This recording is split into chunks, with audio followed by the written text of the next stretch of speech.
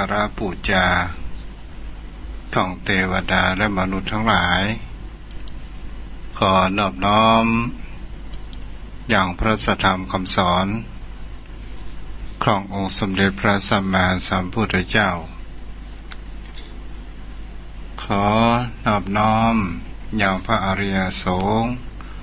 สาวกขององค์สมเด็จพระสัมมาสัมพุทธเจ้าขอถวายความเคารพนอบน้อมไหว้สามายังครูบาอาจารย์พระเถราเจ้าทุกรูปพระภิกษุสามเณรทุกรูปได้ขอเจริญพรมายังป้ออกไม่ออกศรัทธาญาติโยมผู้รับฟังอย่างรายการกติธรรม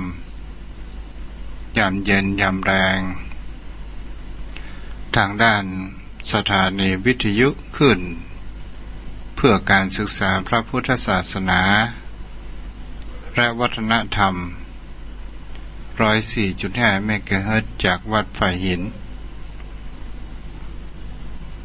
โดยช่วงมะแรงทุกวันผัดและวันศุกร์กับตนตัวอาตมาพระครูไพศาลสุตากรเจ้าวาดวัดทุ่งปากเกร็ดตำบลหนองหานอำเภอสันทรายจังหวัดเชียงใหม่ก็ได้มาอยู่เป็นกู้โยมพ่อโยมแม่ศรัทธาญาติโยมครูบาอาจารย์ที่รับฟังอยู่เป็นประจำทุกวันวันนี้เราก็มาอยู่กับกันในช่วงวันแรงของวันนี้ก็มีความรู้สึกว่าช่วงวันแรงของวันนี้อากาศก็มีความแจ่มใสและก็เป็นช่วงในเดือน12 เพ็ญวันนี้ก็ออก9 ค่ำแฮมปักกีวันก็เป็นเดือน12 เพ็ญซึ่งปีนี้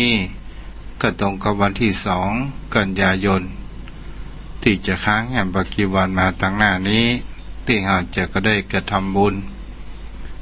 ฮือตาลเลี้ยงจิตวิญญาณของพ่อของแม่ของบรรพบุรุษของพี่ของน้องของลูกของหลานที่เป็นที่รักผู้ที่จากไปก่อนที่จะเข้าสู่ในรายการนั้นเราก็มาน้อมระลึกถึงอย่างคุณขององค์สมเด็จพระสัมมาสัมพุทธเจ้าเราจะได้ไหว้พระกันและน้อมระลึกถึงอย่างองค์สมเด็จพระสัมมาสัมพุทธเจ้าเพื่อความเป็นสิริมงคล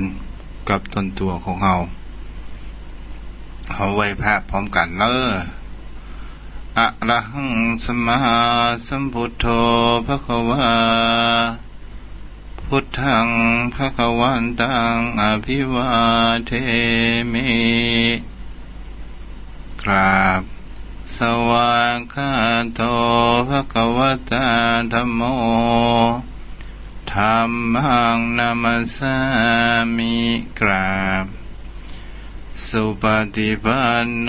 ภควโตสาวกสังโฆสังฆังนามา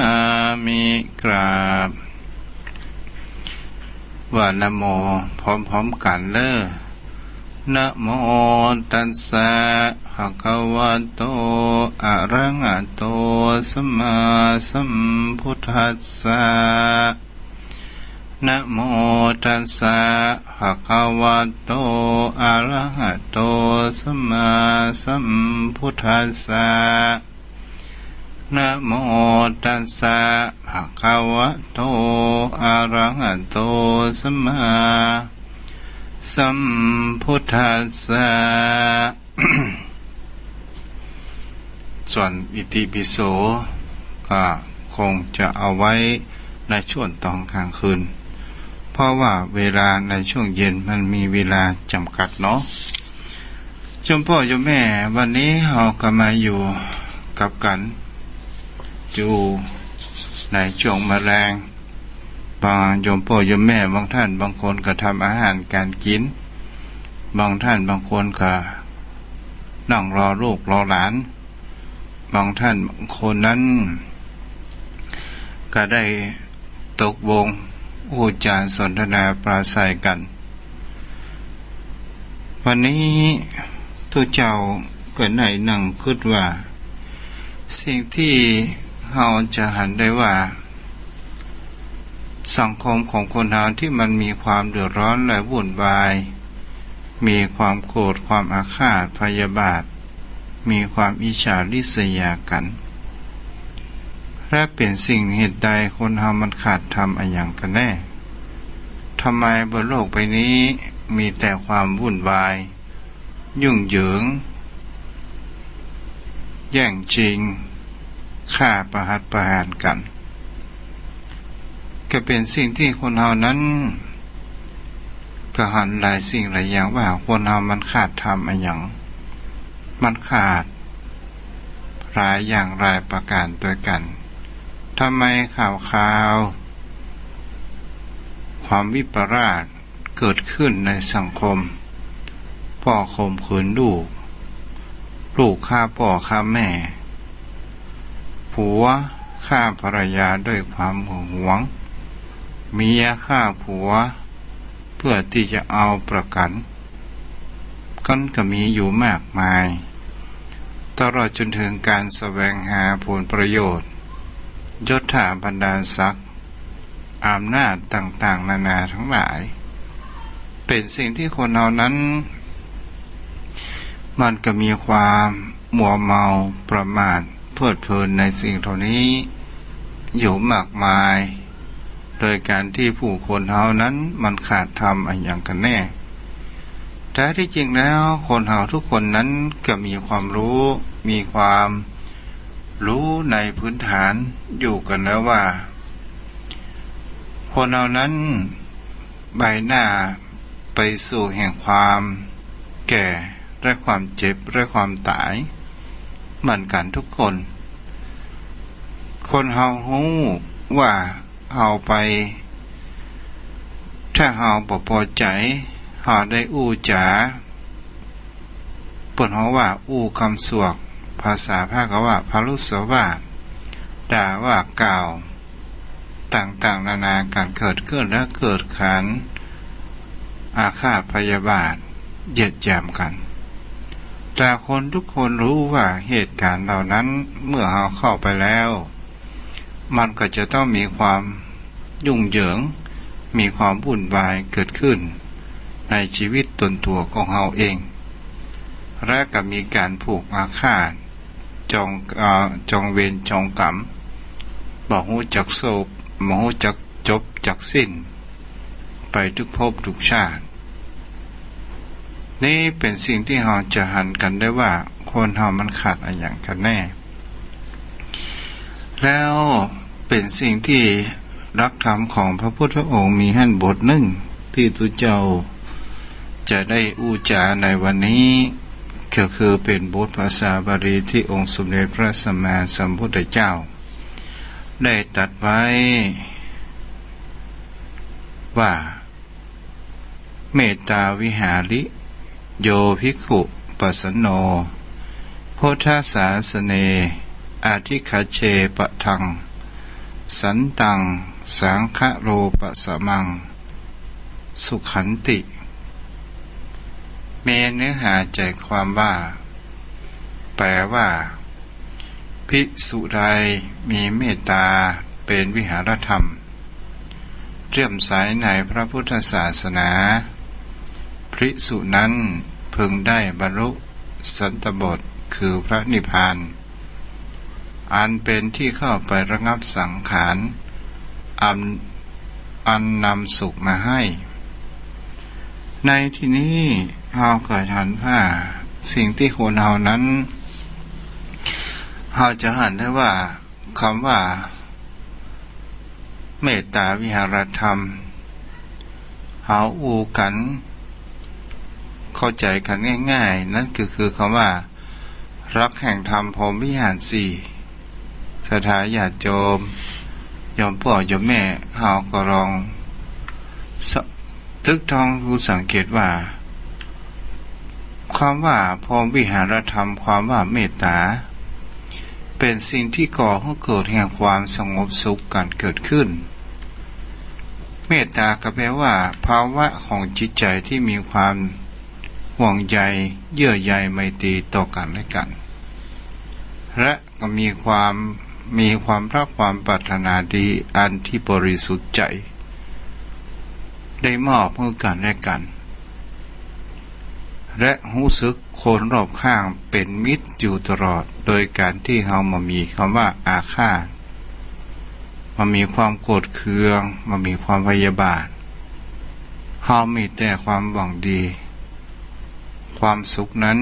มันก็จะเจริญขึ้นกับจิตใจของบุคคลเฮาไปเฮาจะเห็นได้ว่าความรักสิ่งที่เฮาจะเห็นได้ว่าบุคคลใดผู้มีความเมตตามีความห่วงใยมีความรักเฮาจะเห็นได้สิ่งที่เป็นเกิดขึ้นในท่าทางสิ่งที่เฮาหันสีหน้าของบุคคลผู้เป็นปุพพการีก็คือพ่อแม่เป็นเบื้องต้นสีหน้าของพ่อแม่นั้นจะเห็นได้ว่ามีความห่วงใยต่อบุตรธิดาด้วยแววตามีความอิ่มเอิบด้วยความรักความสุขในกิริยาท่าทางใดๆที่เกิดขึ้นในตอนเมื่อเฮานั้นตั้งแต่เป็นละอ่อนจนถึงปัจจุบันเฮาจะเห็นได้ว่าพ่อแม่ของเฮานั้นเป็นผู้ประกอบด้วยความรักความห่วงใยเฮาอยู่เสมอไปมีความปรารถนาดีต่อตัวเฮาอยู่ตลอดแต่ลูกบางคนนั้นบ่ได้แสดงถึงความห่วงใยต่อพ่อต่อแม่ต่อบุคคลอันเป็นที่รักก็มีไปศรัทธาญาติโยมทั้งหลายเฮาก็จะเห็นได้ว่าความรักอันบริสุทธิ์ที่พ่อแม่มอบให้กับลูกกับบุตรธิดาเป็นสิ่งที่อันบริสุทธิ์อย่างแท้จริงแต่ความรักอันเกิดจากการรักใคร่ในการคู่ครองชู้สาวมันก็เป็นความรักแห่งแบบอย่างหนึ่งเป็นความรักที่มีความใคร่ประสมอยู่แล้วก็ก่อให้เกิดแห่งความว่าความห่วงแหนความเป็นเจ้าขี้เจ้าของในตัวบุคคลนั้นๆไปแต่ความรักความเป็นเชิงในจู้สาวมันเป็นความรักที่จอมปลอมบางครั้งบางคราวเฮาจะเห็นได้ว่าคนเฮานั้นเมื่อกันอยู่ใหม่ๆก็ยังมีความรักกันอยู่ดีพอเวลานานๆไปก็เป็นความรักที่มีแฝงด้วยอาบยาพิษความรักที่มันมีความปรารถนาดีปากคอเลาะร้ายว่าแสดงถึงอุปนิสัยในลึกๆก็คือความสันดานได้คุดขันขึ้นมาแต่บุคคลผู้มีครอบครัวที่มีความปรารถนาดีมีความเมตตามีความห่วงใยซึ่งกันและกันนั้นก็มีอยู่แม่เช่นเดียวกันนี่ก็เป็นสิ่งที่คนเฮานั้นจะเห็นได้ว่าความรักอันบริสุทธิ์นั้นก็คือมีที่พ่อแม่และความรักความปรารถนาดีของเฮาต่อบุคคลรอบข้างต่อคนในสังคมด้วยความห่วงใยเอื้ออารีต่อมิตรกัลยาณมิตรกับตัวของผู้คนใกล้ชิดเฮาจะเห็นได้ว่าบุคคลผู้มีความเมตตาเป็นวิหารธรรมมีจิตใจผู้ประกอบด้วยความเมตตา ศรัทธาญาติโยมทั้งหลายเฮาก็จังหันได้ว่าแม้กระทั่งสัตว์เดรัจฉานที่เฮาเคยเลี้ยงดูมาต่างๆจะเป็นสุนัขก็ตามจะเป็นแมวก็ตามหรือสัตว์แสนรู้อันอื่นๆสิ่งเหล่านี้เฮาก็จังหันได้ว่าสัตว์เหล่านี้มันก็รู้ว่าบุคคลใดมีความเมตตาบุคคลใดนั้นมีความห่วงใยในตนตัวของเขาแล้วก็เป็นสิ่งที่เราจะเห็นได้ว่าสัตว์แสนรู้มันก็มีความแสดงถึงความรักกับตนตัวของเราอยู่เช่นเดียวกันต่อบุคคลที่อยู่รอบข้างที่เราเคยช่วยเหลือจะเป็นการทางด้านความสุขเมื่อเขาขาดพ่อขาดแม่เราได้เอามาเลี้ยงดูอุ้มชูได้ส่งเสียเขาเล่าเรียนมีความรู้ตลอดจนถึงเรามีความเมตตาปรารถนาดีกับเขาโดยการที่เราได้ทำรูปธุรกิจในการค้าการขาย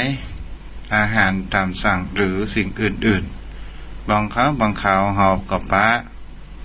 เราอ่อนบ้านนอกบ้านนาคนทองบ่มีและก็ได้มาขอทำการทำงานได้มาอาศัยอยู่กับเขาก็ด้วยมีความรักมีความเมตตาอันบริสุทธิ์จิตใจเขาจะเห็นได้ว่าเราก็เป็นผู้มีจิตเมตตาเป็นผู้มีพระคุณอยู่คนหนึ่งเช่นเดียวกันสิ่งเหล่านี้นั้นก็คือเป็นลักษณะของคำว่าเมตตาคือความปรารถนาดีบุคคลที่มีความเมตตานั้นจะมามีคำว่าเกิดคำว่าโทสะหรือว่าความโกรธเกิดขึ้นจะมามีการพยาบาทซึ่งกันและกันสิ่งเหล่านี้มันจะประเกิดขึ้นกับบุคคลผู้มีความเมตตาแต่การสอนสั่งมันก็เป็นเรื่องธรรมดาแต่ในจิตใจนั้นเป็นสิ่งที่เราก็จะหันได้ว่าบุคคลผู้มีเมตตาธรรมก็ถือว่าเป็นคนที่มีคุณธรรมและเราจะได้กัลยาณมิตรดีเรามีความปรารถนาดีสนิมที่มันเป็นความโกรธความอาฆาตพยาบาทในจิตใจของเราก็จะประเกิดขึ้นและเราก็จะหันว่าเราก็เป็นบุคคลผู้มีน้ำใจสรุปได้ว่าเป็นคนมีน้ำก็คือความว่าเมตตานี่แสดงถึงในข้อธรรมของในพรหมวิหาร4มันมีทั้ง4ข้อด้วยกันศรัทธาญาติโยมเราจะเห็นได้ว่าพรหมวิหาร4นั้นมันก็มีข้อธรรมอยู่4ข้อผู้บุคคลผู้ใดผู้มีพรหมวิหาร4บุคคลผู้นั้นก็จะเป็นที่พึ่งทั้งคนและสัตว์เดรัจฉานและก็จะทำให้จิตใจของเรานั้นมีคำว่าคุณธรรมและบุคคลใดผู้ประกอบด้วยพรหมวิหารเป็นผู้มีจะเป็นผู้มีจิตปราศจากแห่งความโกรธหรือว่าโทสะตลอดต่อบุคคลอื่นและเป็นบุคคลผู้มีความเอื้อเฟื้อเผื่อแผ่และเป็นบุคคลผู้ที่อยู่รอบข้างจะมีความรักจะมีความปรารถนาดีต่อเราเช่นเดียวกันก็ถือได้ว่าบุคคลผู้ใดปฏิบัติพรหมวิหาร4ได้ถือว่าเป็นบุคคลผู้มีความประเสริฐนั่นเองเราจะเห็นได้ว่าเมตตาธรรมเป็นเครื่องค้ำจุนโรคก็เป็นสิ่งที่แท้จริงถ้าว่าบนโลกใบนี้มีแต่คนปรารถนาดีต่อกันและกัน และเป็นคนมีน้ำจิตน้ำใจต่อกันและกันแต่ผู้คนของคนเฮานั้นบนโลกใบนี้มันมีความแตกต่างกันหนึ่งภาษาสองความเพื่อนว่าวัฒนธรรมการการจาความเป็นอยู่อาหารการกินภูมิประเทศอากาศแต่บนโลกใบนี้ถ้าเป็นผู้มีความเลื่อมใสในพระพุทธศาสนาเป็นผู้ประพฤติธรรมมีความว่าเมตตาธรรมมันก็จะก่อให้เกิดแห่งคำว่า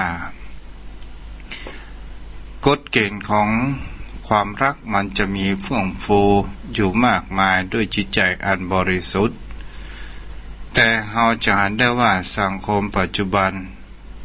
มันประกอบไปด้วยความรักอย่างบริสุทธิ์ที่จริงใจอย่างธรรมชาตินั้นมันแทบจะไม่ค่อยมีเกิดขึ้นมันประกอบไปด้วยคำว่าอาฆาตพยาบาทบางครั้งบางคราวทุกเจ้าก็ยังได้คิดอยู่เสมอกันว่าทำไมคนเราหูทั้งหูว่าคนเราทำไมแสวงหาทรัพย์สินเงินทองอยู่มากนักทำไมคนเราแสวงหามรดกอยู่มากมายรู้ไหมว่าบางครั้งบางคราวเงินตราเหล่านี้มันก่อให้เกิดความหลงเกิดขึ้นโยมพ่อโยมแม่เฮาก็ลองสังเกตดูว่าเศรษฐีมหาเศรษฐีเขามีเงินมีทองแล้วเฮาก็รู้สึกว่าเขายังมีความเพียงพอเขาก็ยังแสวงหาแห่งว่าคำว่าอำนาจบางครั้งบางคราวเฮาจะเห็นได้ว่าอำนาจของเงินมันสามารถที่จะทำลายแห่งความเหลื่อมล้ำคนในสังคมเหลื่อมล้ำทางด้านกฎหมายเหลื่อมล้ำในการเอารัดเอาเปรียบกันก็มีทำไมคนเราถึงแสวงหาอำนาจเพราะว่าอำนาจมันก่อให้เกิดได้ทุกสิ่งทุกอย่างจีนกก็เป็นนกจีปลาก็เป็นปลาจีไก่ก็เป็นไก่อย่างนี้เป็นต้นและเราจะเห็นได้ว่าอำนาจบางคนนั้นก็ใช้ในทางที่ถูกบางคนก็ใช้ในทางที่ผิดก่อให้เกิดเป็นความเป็นโทษและคนเหล่านั้นจะเห็นได้ว่าบุคคลใดผู้มีอำนาจโยธาบรรดาศักดิ์ถ้าเป็นบุคคลมีอำนาจโยธาบรรดาศักดิ์ถ้าเป็นบุคคลผู้มีความเมตตาความอบมีความเอื้ออารีมีความห่วงใยต่อกันต่อบุคคลผู้ใต้บังคับบัญชาต่อบริวารบุคคลผู้นั้นก็จะได้ความเลื่อมใสและก็บุคคลนั้นจะเป็นแบบอย่างกับบุคคลหลายคนต่อไปแต่บุคคลผู้ใดก็ตามถ้ามีจิตใจประกอบไปด้วยความโลภความโกรธความหลงความอาฆาตพยาบาทถ้าบ่ได้สิ่งใดตามที่ตัวเก่าสั่งไปก็จะทำให้บุคคลผู้นั้นเกิดมีความโทสะเกิดมีความอาฆาตพยาบาทและสั่งฆ่าสั่งเป็นสั่งตายบุคคลนั้นได้อย่างนี้เป็นต้นสถานญาติโยมทั้งหลายแต่ถึงไปแล้วถ้าเราตั้งตนอยู่ในเมตตาธรรมหรือว่าเมตตาวิหารธรรมตั้งอยู่ในรักแห่งความเมตตา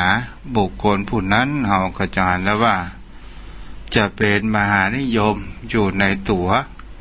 จะเป็นบุคคลผู้ปราศจากศัตรูเป็นบุคคลผู้จะกิเลสต่างๆจะประทำลายจิตใจอย่างได้มากนัก และตลอดจนถึงจะทำให้บุคคลผู้นั้นมีความก้าวหน้าและมีความสมปรารถนาทุกสิ่งทุกอย่างและจะทำให้เราจิตใจของเรานั้นเป็นมีทุนเดิมและจะก่อให้เกิดแห่งคำว่าอัปปปัญญาก็คือความเมตตาที่เผื่อแผ่ไปถึงสรรพสัตว์ทั้งหลายที่เกิดขึ้นอยู่บนโลกใบนี้โดยความมีคำว่าเมตตาเผื่อแผ่หาประมาณบ่ได้โดยการที่เราบ่มีเขตจำกัดนั่นเองโยมพ่อโยมแม่ทุกเจ้าก็ได้ปิดรายการด้วยบทแผ่เมตตาเป็นประจำทุกๆครั้งที่ผ่านมาก็เพื่อที่ให้โยมพ่อโยมแม่บุคคลผู้ใดมีความปรารถนาที่ปราศจากศัตรูบุคคลผู้ใดปรารถนาแห่งความอยู่ดีมีสุขเราก็จะเห็นได้ว่าถ้าเราแผ่เมตตาทุกๆเช้าตอนที่เราตื่นมาทำไมตู้ถึงว่าทุกๆเช้าก่อนทุกๆเช้าและก่อนนอนในตอนเช้านั้นจิตของคนเฮานั้นมันบริสุทธิ์เกิดขึ้นเป็นจิตที่มีอารมณ์จะรับอารมณ์ดีๆตอนเช้าเฮารับอารมณ์ดีๆและชีวิตในชั่วโมงดีๆในข้างหน้าของเฮามันก็คงจะมีแต่สิ่งดีๆกันเกิดขึ้นนั่นก็คืออารมณ์บริสุทธิ์อารมณ์ใหม่ในก่อนเข้านอนนั้นก็เพื่อที่เราจะป้องกันสิ่งที่เป็นคำว่าเพิ่นเขาว่าบ่ให้เรานั้นเจ้ากรรมในเวรหรือว่าบ่ให้เราฝันร้ายเราเพื่อแผ่ไปถึงสรรพสัตว์ทั้งหลายบุคคลใดที่ชอบในการแผ่เมตตานั้นบุคคลนั้นจะไม่มีคำว่าศัตรูเกิดขึ้นจะมีมิตรแต่สิ่งดีๆกันเกิดขึ้นโยมพ่อโยมแม่ก็คงจะได้แผ่เมตตาที่ตามที่เรารู้จักกันคือคำว่าสัพเพสัตตาอวิราโหนตุขอสัตว์ทั้งหลายทั้งปวงที่เป็นเพื่อนทุกข์เกิดแก่เจ็บตายด้วยกันทั้งหมดทั้งสิ้นอเวราโหตุจงเป็นสุขเถิดจะได้มีเวรแก่กันและกันเลยอภยาปัชชาโหตุจงเป็นสุขเถิดจะได้พยาบาทเปลี่ยนเบียนซึ่งกันและกันเลยอเวราโหตุจงเป็นสุขเถิดจะได้มีเวรแก่กันและกันเลยอานิคาโหตุจงเป็นสุขเถิดจะได้มีความทุกข์กายทุกข์ใจเลยสุขีอัตนังปริหารันตุจงมีความสุขกายสุขใจรักษาตนให้พ้นจากทุกภัยทั้งหมดทั้งสิ้นเถิดนี้ก็คือหมายถึงสิ่งที่เราได้แผ่เมตตาและก็เป็นการทำให้จิตใจของเรานั้นเป็นคนมีความเมตตาธรรมเกิดขึ้นเราจะเห็นได้ว่าจิตใจของคนเราถ้าเราทำสิ่งใดเป็นอาจินเปิดว่าเป็นนิสัยและเฮาก็จิตใจของเฮาก็จะเป็นสิ่งนั้นไปถ้าเฮาฟังคติธรรมจากพระสงฆ์องค์เจ้ายอมพ่อยอมแม่บางท่านบางคนมีความถูกจริตอย่างได้ยินเสียงตนตัวตู้เจ้าตัวเจ้าตัวนี้ถูกจริตกับตัวของเฮาก็มีได้ฟังน้ำได้คติธรรมกันเกิดขึ้นและก็รู้สึกว่ามีความจิตใจสบายและเฮาก็จะเห็นได้ว่าวันใดถ้าว่าตนตัวทุเจ้าตนใดก็ตามที่เฮามีถูกจริตบ่ได้ออกรายการวิทยุมันจิตใจของเฮามันก็จะมีความกระวนกระวายทำไมถึงวันนี้วิทยุถึงบ่ดังมันเป็นอะไรอย่างกันแน่สถานีเป็นอะไรอย่างเฮาอดใจบ่ได้เฮาก็โทรไปทางสถานีวิทยุก็ตามมาทางที่ตนตัวอาตมาก็ตามอาตมาก็จะบอกว่ามาฮู้เด้อผอ สถานีวิทยุเพิ่นก็ไม่ได้บอกไฟอาจจะดับกะอย่างใดกะลองโทรไปหาเพื่อนล้อเนี่ยสถานญาติชมทั้งหลายเฮาก็จะหันว่าจิตมันก็จะมีความกระวนกระวายการเกิดขึ้นถ้าเฮาเป็นคนที่ชอบไปท่องเที่ยวเชื่อมั่นได้ว่าโยมพ่อโยมแม่เฮาจะอยู่บ้านบ่เกิน7 วัน3 วันนี้ดิ้นขวัญอยากจะไปทำบุญวัดหันวัดนี่อยากจะไปหันวัดนั่นวัดนี่เพิ่นอวดว่าโอ้วัดนี้สวยงามวัดนี้ทิวทัศน์สวยงามการเกิดขึ้นบางครั้งบางคราวก็ได้เหมารถกันไปเอี่ยวกันบางเทื่อเฮาก็ได้พบปะสังสรรค์ในการที่เป็นกัลยาณมิตรเป็นคนมีจิตใจบุญกุศลมีจิตใจเมตตาธรรมเหมือนกันเฮาพากันไปเอี่ยววัดหันล้อโอ้กูเตือเฮาจะได้ไปช่วยวัดวาอารามเปิ่นบอกข่าวว่าวัดนั้นยังขาดแคลนห้องน้ำห้องสุขาวัดนั้นยังบ่มีที่พักผ่อนให้หยังบ่มีกุฏิสงฆ์เฮาไปช่วยกันเฮาก็เหมารถกันไปนี่เฮาก็จะนะว่าจิตใจของคนเฮานั้นมันได้ไปปะกันมันก็มีความสุขและเฮาก็จะหันแหมประการหนึ่งว่าถ้าว่าปีไหนพรรษาไหนก็ตามเฮาบ่ได้ทำบุญเฮาบ่ได้พบปะหน้ากันเฮาก็จะมีแต่ความคิดถึงหากันและก็เป็นสิ่งที่คนเฮานั้นก็จะต่อให้ชีวิตจิตใจของคนเฮานั้นมีความยืนยาวไปจนหมดอายุขัยก็ว่าได้นี่จิตของคนเฮานั้นมันก็มีความเวยเหมือนกัน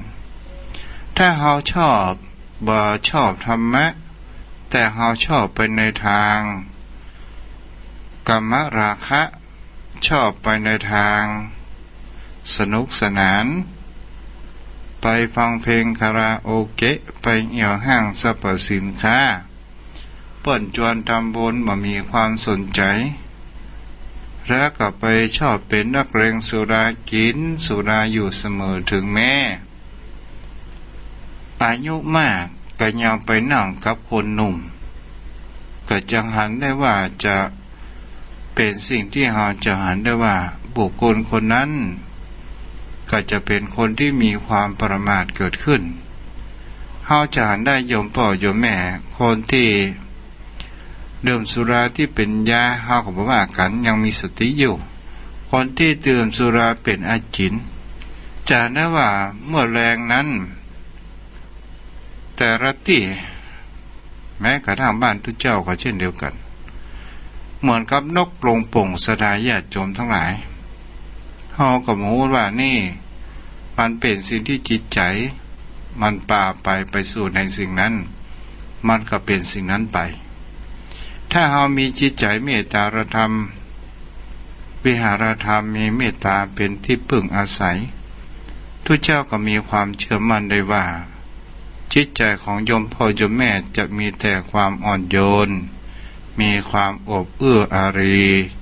มีความเป็นห่วงเป็นใยซึ่งกันและกันและจะมามีคำว่าศัตรูเกิดขึ้นมีแต่คำว่ากัลยาณมิตรเกิดขึ้นโดยจิตใจอันบริสุทธิ์แต่ความรักอันบริสุทธิ์ที่อย่างแท้จริงก็คือพ่อแม่มีต่อลูกต่อหลานนี่เป็นสิ่งที่เราได้คิดกันวันพรุ่งนี้ก็มาต่อรักเมตตาธรรมในของวิหารธรรมข้อที่2ก็คือความกรุณากันวันนี้ถ้าอธิบายชี้แจงให้โยมพ่อโยมแม่ได้เข้าใจ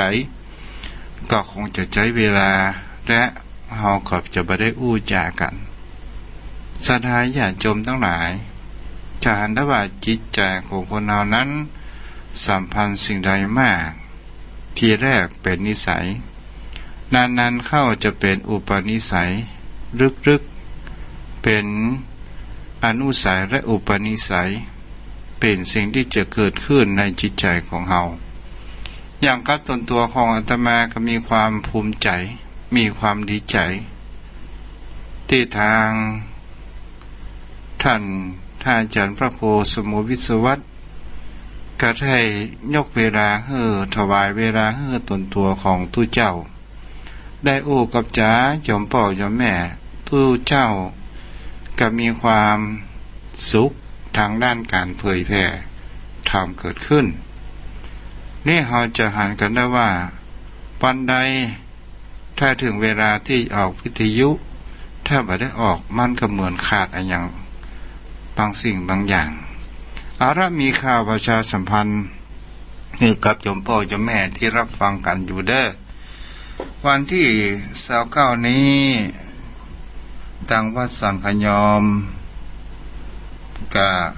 ในงานเปิ้นจะได้ปิดงานเปิ้นปิดศพของอาจารย์ของอาจารย์ท่านพระครูโอภาสวิหารกิจหลวงพ่อท่านพระครูโอภาสวิหารกิจหรือว่าตู้หลวงเลิศวัดสังขยอมตำบลสันทรายน้อยอำเภอสันทรายจังหวัดเชียงใหม่ในเวลาบ่ายโมงวันที่29แต่ตอนเช้าก็คงจะมีงานอยู่สตะเมื่อวานวันนี้ก็เป็นวันที่27 28 29กับข้างแหม2 คืน 3 วันสถานญาติโยมทั้งหลายถ้าไผว่างจะไปร่วมในการบำเพ็ญกุศล